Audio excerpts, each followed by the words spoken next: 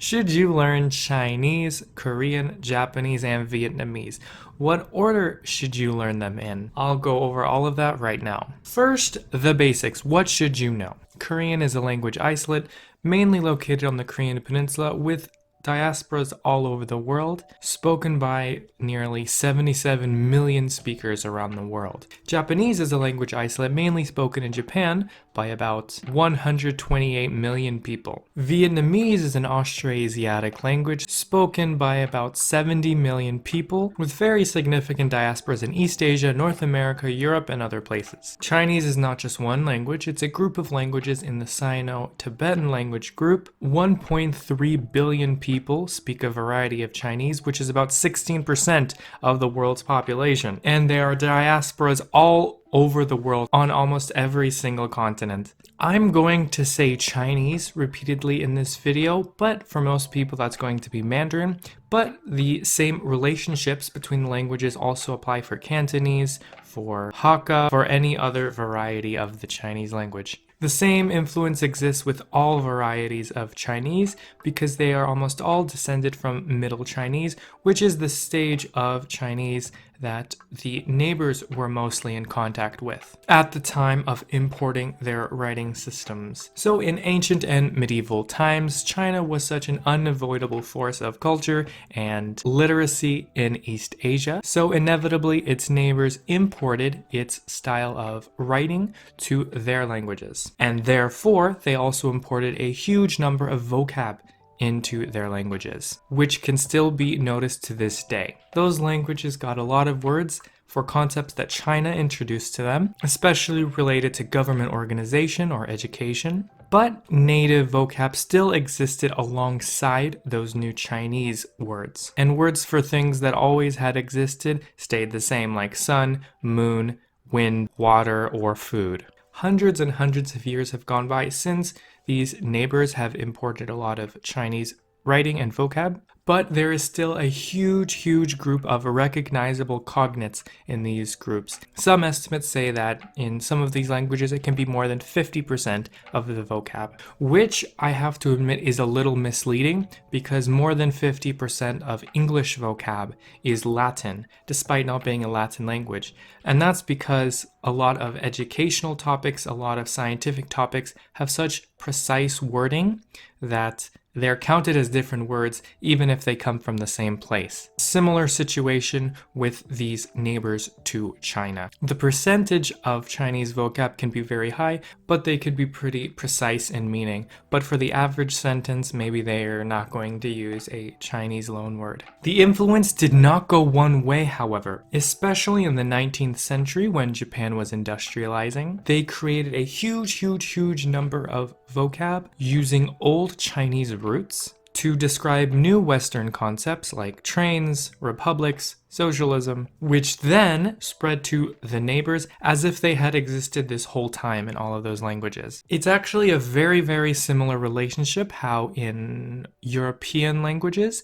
especially during the scientific and industrial revolution, we used a lot of Latin and Greek roots to create words for new concepts as if they had existed from ancient times, like airplane or aeroplane, communism, or president. Or we would revive some old words used in a different context, for example, senator, so that we could more accurately describe our modern world, which needed new words to describe these new concepts. Many of these Neo-Latin or Neo-Greek words were reborrowed into Italian, German, Norwegian, Russian, and changed to the historical transformations as if they had existed since ancient times. And I'm mentioning this because Japan did a similar thing when it came to westernization and industrialization about 200 years ago. Facts to know about these languages.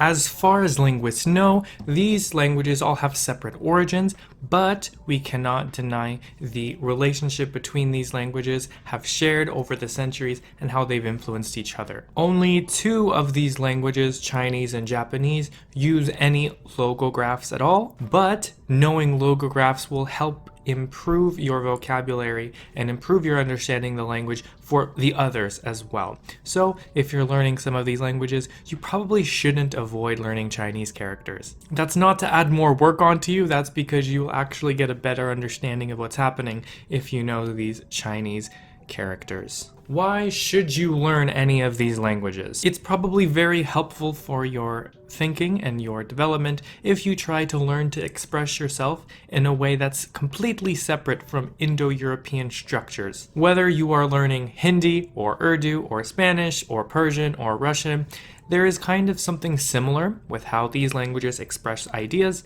and that is very different when you come to this group of languages. They create words in a very unique way that's different to Indo-European languages. They have different etymologies. They have different ways to express ideas. They have different ways to create new words, and I think that would be very helpful for anybody who wants to learn a language. You also can get access to a part of the world that has been around for millennia and is not going anywhere for millennia. You can read the bag and understand what you're eating when you get the 우리 살 인절미 snack.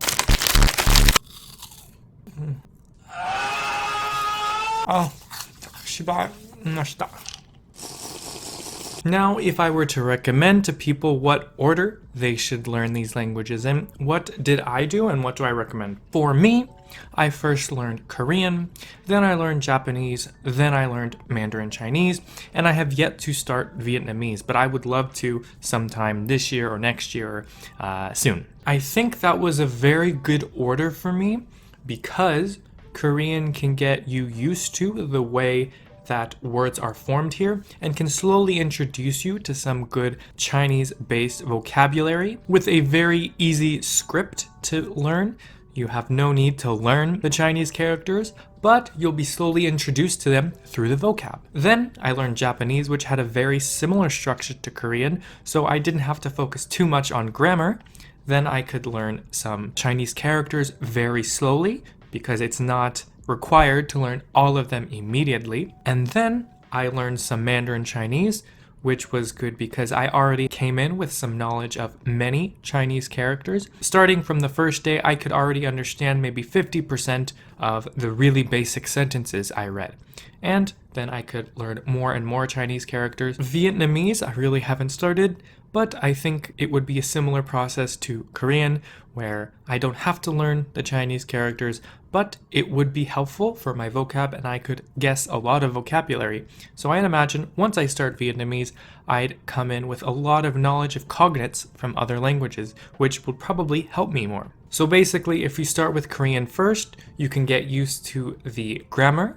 You could get used to some Sino-Korean vocab that you'll see in other languages changed to their country. Then you move to Japanese, which is very similar grammar to Korean, so you can really focus on learning characters. You're not thinking too much about many concepts at the same time.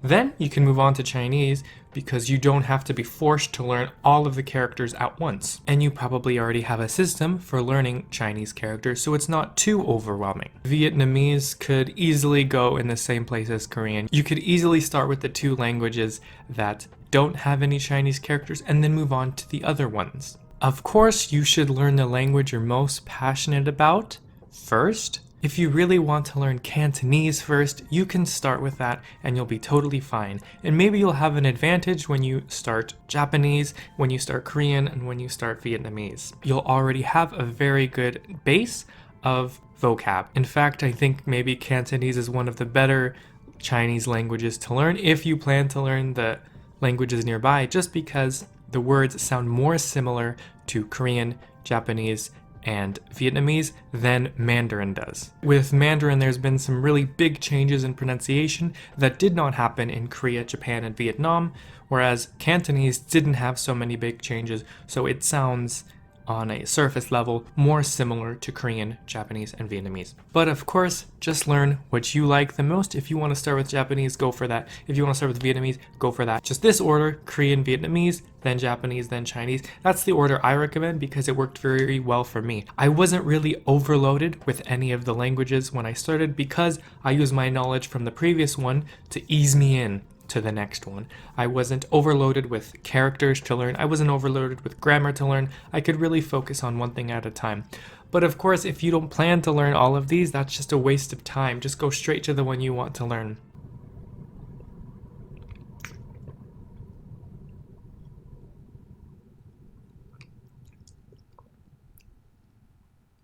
So let me know in the comments below, which one have you learned before? Which one do you want to learn? Which one are you most excited to learn? You should follow me on Instagram as well because I am on there every single day. Keep on learning those languages. I'll see you for another video very soon, okay? Bye bye.